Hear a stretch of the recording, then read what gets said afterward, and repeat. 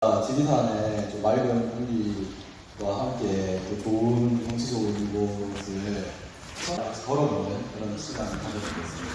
봄에 이런 풍경이 있습니다. 노고단인데 여기가 한 차로 한 25분, 30분 정도 가는 성삼재라고 하는 곳이 있고 거기서 한 1시간 정도 올라가면 가장 가깝게 지리산 주름섬을 볼 수 있는 그런 곳이 있고요. 여러분이 숙소가 있는 마을에 올라가는 길이에요. 지리산 둘레길이 2013년에 지리산 전체가 개통이 되거든요. 그거 개통이 되기 전에 지리산에 좀 사람들이 와서 마을과 마을을 연결하는 길을 같이 좀 걷고 좀 이렇게 산티아고 순례길처럼 우리나라에도 좀 그런 길을 만들어 보면 어떨까? 아마 올레길, 둘레길이 만들어지고 나서 뭐 전국에 수많은 길들이 만들어지잖아요. 그런 길들이 만들어지는 곳에 지리산 둘레길의 첫 출발지라고 여름에는 이런 은석골 계곡을 그리고 실상사 뒷길 이렇게 가는 마을길도 있고 밤이 되면 이런 별들도 요거는 조금 전문적인 길이 좀 들어갈 수 있습니다. 이런 겨울에는 실산사지 약수왕을 걸어가는 길 계곡이 꽉 까물어가지고 거기서 막 썰매를 타고 아이들이 그렇게 하는데 워낙 경치가 좋다 보니까 제가 드론도 막 배우고 그래가지고 이런 실상사라고 하는 절이 있습니다. 실상사에 가서도 얘기를 하겠지만 실상사는 1300년 된 절이거든요. 교종, 불교의 교종, 선종, 교종이 먼저 들어오거든요. 우리나라에 교리가 들어오고 경전이 들어와서 그 경전을 읽으면서 그 경전을 내 가르침을 따라하기 위해서 믿고 따라 부처님을 배우고 부처님을 믿으면 극락에 갈 수 있다. 이걸 경전을 읽을 수 있는 사람들이 그걸 가진 거죠. 그래서 그게 해경원이가 되어서 왕권이나 귀족들만 향유했던 불교, 초기 불교는 그런 식으로 불교가 들어왔거든요. 그런데 선종, 누구나가 경전을 읽지 않더라도 부처님의 가르침을 배우기 위해서 노력하고 부처님 앞에서 기도하면 누구나 극락에 갈 수 있다. 이게 대중불교로 내지는 민중불교로 바뀌는 전환점이 되는 그런 계기가 선종이 들어오면서거든요. 선종을 아마 1300년 전에 여러 이제 선진 스님들이 인도나 중국에 가서 배워가지고 이거를 신라에 와서도 좀 전파해야 된다 이렇게 생각을 했겠죠. 그렇게 들어온 스님들이 경주 주변에 절을 세우지는 못하고 워낙 기득권이니까 그러다 보니까 이렇게 지리산, 가야산, 멀리 있는 이런 절에 9개의 산에다가 선종의 약간 절을 본식을 알게 세워요. 그래서 이제 여기가 구산성 9개 산에다가 선종의 절을 세운다라고 하는 거고 그 중에 최초가 첫 번째 절입니다. 선종이 그 다음 조계학파가 되고 조계종이 되고 지금까지 쭉 이어오면서 우리나라의 그 불교 종단 중에는 최고 큰 종단으로 계속 자리매김 하고 있잖아요. 그런 어떤 종단, 그 조계종의 종단에서도 받아봤을 때도 조계종 종단 역사상 처음으로 세워진 거예요. 그래서 막 저기 화엄사, 뭐 쌍계사 이런 데보다는 좀 유명하진 않지만 그 지리산에 있는 절 중에 불교 신부들이 제일 많은 그 실상사가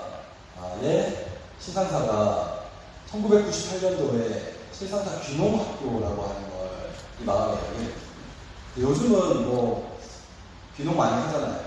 귀농을 뭐 전원 생활을 위해서 귀농하기도 하고 청년들이 귀농하기도 하고 귀농하는 여러 정책들이 만들어지고 이렇게 있긴 한데 98년도에는 귀농이라고 하는 개념이 사실은 없었어요. 지금 뭐 지자체에서 하는 그런 귀농학교가 아니라 이때 했던 귀농학교는 98년도 IMF가 터지거든요. 다 이제 그 시골에서 도시로 나가서 그 산업화 여건이 되게 다 이제 도시로 나갔던 그 시절에 그런 어떤 경제 성장이 극으로 이렇게 올라가는 시절에 뚝 한번 떨어졌더니 그 98년도에 IMF가 터지면서 떨어졌는데, 그러면서 실직자들이 어마어마하게 나오잖아요, 도시에는. 근데 도시에는 실직자들이 어마어마하게 나오지만 그런 사람들이 다시 시골로 돌아오기보다는 계속 도시에 머물면서 뭐 비곤충으로 살아가거나 아니면 도시에서 다시 일자리를 찾기 위해서 노력하는, 그렇게 살아가는 그런 분위기들을 우리가 좀 전환해야 된다. 실상사회에 계신 이제 도덕스님이 그 귀농 운동을 많이 해야 된다. 그리고 전국적으로도 귀농 운동에 대한 논의가 이루어지면서 전국 귀농 운동본부가 출발하는 해도 98년입니다. 그때 이제 여기는 시골이니까 시골의 현장 중심의 귀농학교를 하나 만들어야겠다라고 생각을 하고, 실상사가 귀농학교를 만들고 매년 봄학기, 뭐 봄, 가을 이렇게 2번 정도 학기에 20-30명 정도의 귀농학교를 이제 찾아오는 사람들이 생기거든요. 그게 한 10년 정도 이루어졌으니까 한 500-600명 정도가 이제 귀농학교를 나오게 되죠. 근데 이제 그때 귀농학교를 나왔던 사람들이 귀농을 하고 싶을 거잖아요. 그런데 본인의 부모님이 시골에 살고 있어도 왠지 그 시골로 돌아가면 좀 이렇게 그 동네에서 눈치도 주고 부모님 눈치도 주고 도시에서 좀 실패해서 돌아온 사람처럼 뭐 아직도 그런 뭐 게 없지 않아 있지만 그 시절에 더 했겠죠. 그런 느낌이었겠죠. 그래서 그런 분들이 귀농학교를 마치신 분들이 이 동네에 많이 남게 돼요. 그러면서 귀농 세대들이 막 늘어나요. 저희 학년의 인구가 지금 2,100명이거든요. 2,100명인데 지금 500여 명 정도가 귀농 세대들이에요. 마을 인구의 4분의 1 이상이, 4분의 1 정도가 귀농자들이 이 마을로 들어와서 귀농 귀촌한 사람들이 마을로 들어와서 살고 있고, 거의 대부분이 좀 젊은 사람들이고, 그리고 사실 여기 보시면 알겠지만 먹고 사는 문제, 농촌에서 농사나 이런 걸로 먹고 살기에는 좋은 동네는 아니거든요. 뭐 관광이 조금 활성화되어 있긴 하지만 농지도 작고 다 산이고 이러니까 그런데 여러 가지 다양한 삶의 형태를 띠면서 일자리나 이런 것들을 새롭게 새로운 형태로 많이 만들어 나가면서 여기에 이제 귀농을 하는 사람들이 일어나게 됩니다. 그러다 보니까 시골인데도 40-50대 수준이 되게 높아요. 뭐 남원만 하더라도 이제 농촌 지역이니까 어떤 초고령으로 이제 들어가기도 하고 계속 인구가 줄어들고 있는데, 저희는 98년 이후로 이 산내면 인구가 한 번도 줄어든 적이 없어요. 꾸준하게 늘어나다가 지금은 좀 비슷하게 이렇게 가고 있거든요. 인구가 줄지 않는 몇 단위 마을이 되었고, 거기에 젊은 세대들이 많다 보니까 스스로가 뭔가 이제 마을 내에서 자기 문화를 만들어가요. 동아리도 만들고, 협동조합도 만들고, 그런 활동들이 이제 계속 이어지는 그런 동네입니다. 네. 그렇게 귀농 역사, 귀농귀촌 역사가 길다 보니까 마을에는 지금 한 40-50개 정도의 마을 모임들이 다양하게 존재를 하고 있고, 그게 그냥 자기가 좀 팀 모임 같은 마을 모임도 되게 많지만, 협동조합이나 지역에서 이제 공익적인 활동을 하는 그런 마을 모임들이나 단체들도 계속 늘어나는 형태. 그러니까 처음에는 좀 취미로 아니면 이거 재미있을 것 같은, 이거 같이 배워볼까? 이렇게 해서 시작했던 모임들이 요거를 그냥 마을에서 좀 더 좋은 일로 어떻게 쓸 수 있을까? 이렇게 넘어가는 거예요. 이렇게 자연스럽게. 마을에 살다 보면 좀 그런 느낌이 좀 그렇게 해보고 싶은 생각들이 드나요. 예를 들어서 바느질 모임을 했어요. 아니면 뭐 면생들의 모임을 했어. 그런 모임들이 처음에는 좀 가볍게 시민 모임, 좀 관심 있는 사람들이 모여서 하는 거에서 이걸 어떻게 마을 주민들과 같이 할 수 없을까? 또 마을 주민들의 뭐 소득으로 연결할 수 없을까? 아니면 마을 주민들이 더 많이 참여할 수 있는 걸로 만들 수는 없을까? 이렇게 하면서 이게 공익적인 활동으로 이어가는 단계들이 지금 많아지고 있는 그런 과정인 것 같습니다. 그리고 그런 과정들 속에서 공간들도 이제 그런 걸 활동을 하려고 하면 공간으로 좀 더 모여야 되잖아요. 그래서 새로운 공간들도 많이 생기고 있는 그런 과정입니다.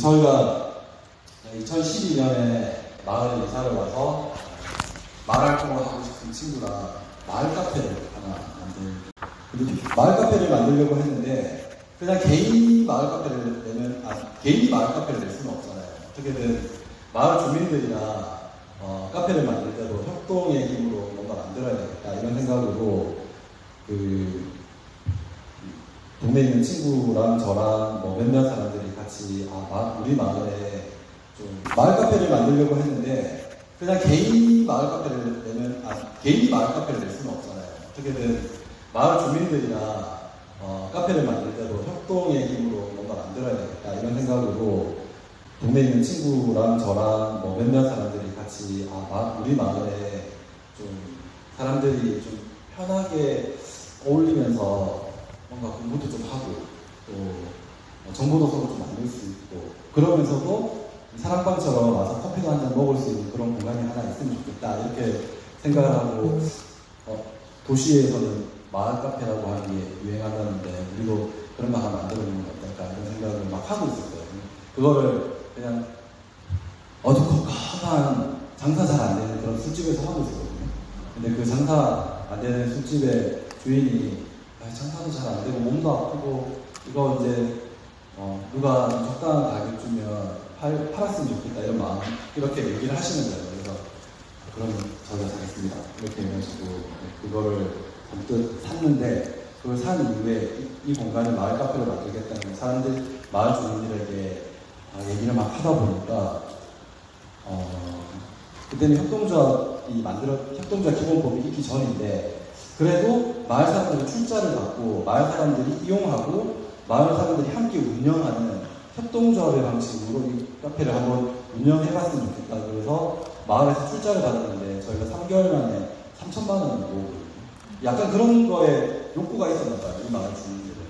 그래서 마을에서 이런 카페를 만들고 공연도 하고 공부도 하고 좀 지속 가능하게 살아보면 좋겠다라고 생각을 하면서 청년들도 우리 식당을 하나 만들어보면 어떨까 이렇게 해서 똑같은 방식으로 그러니까 협동조합을 만들지는 않았어요. 저희 마을 카페도 협동조합을 만들지는 않았지만 협동의 방식으로 마을 주민들이 출제하고 마을 주민들이 이용하고 마을 주민들이 운영하는 방식의 마을 카페를 만들었는데 청년들도 마찬가지로 마을 주민들이 출제하고 마을 주민들이 이용하고 함께 운영하는 그런 방식의 식당을 한번 열어보자 이렇게 해서 식당을 열었습니다. 청년들이 살아가는 그 식당을 운영하지만 사실 청년들이 식당을 운영하기 쉽지는 않잖아요. 그래서 어떻게든 이 공간에서 지속 가능하게 살아갈 수 있는 힘을 주면 좋겠다 이렇게 해서 또 동네 주민들이 돈을 한 명의 활동가에게 매달 50만 원의 후원금을 만들어주는 청년 활력 기금이라는 기금 사업들을 또 마을에서 만들어서 운영하게 됐는데 한 3년 정도 운영하다가 그만두기는 했어요. 청년들은 계속 도전하고 싶은 욕구가 있잖아요. 그리고 셰프로 성공해서 식당이 성공하겠다라고 하는 마음보다는 이 마을에서 어떻게 지속 가능하게 살아갈 것인가에 대한 고민이 더 컸기 때문에 폐업을 하는 과정에서도 주민들이랑 충분히 이야기하면서 마무리를 짓게 됐습니다. 그리고 마을에는 이런 나눔의 공간도 있고요. 그 나눔의 공간에서 그러니까 그 도시에서 살려온 사람들이 많다 보니까 옷을 기부하는 사람들이 되게 많은데 그 기부된 옷들을 이렇게 아름다운 가게처럼 만들어서 운영하고 있는 공간이 있고 여기에서 들어온 옷들을 리폼하는 그런 활동들도 여기서 하고 있습니다. 리폼 공부를 여기서 하다가 여기 이제 협동조합을 만들어서 별도로 새로운 말을 쓰긴 하는데 리폼, 리사이클 이런 것들을 재활용 관련된 활동들도 이어지면서 활동하시는 분들이 이 마을에서 귀농한 사람들이 시골에 옛날 시골집들 사서 하는데 그냥 자기가 좀 힘드니까 고쳐야 되잖아요. 돈이 많은 사람 써서 고치면 되지만 자기가 이렇게 조금씩 고치려면 어떻게 하다 보니까 장비도 사잖아요. 그런 장비들이 하나씩 늘어나고 하다가 이거 내가 해볼 만한데 재능이 있는데 약간 이런 사람들이 늘어나는 거예요. 그러니까 동네에 집 짓는 목수들이 한 해는 진짜 집 짓는 목수들이 아마 자기 집을 고치기 시작한 게 계기가 되는 사람들이 많고 그런 사람들이 들어오는 사람들이 많다 보니까 집을 고치거나 집을 짓는 수요가 많아지고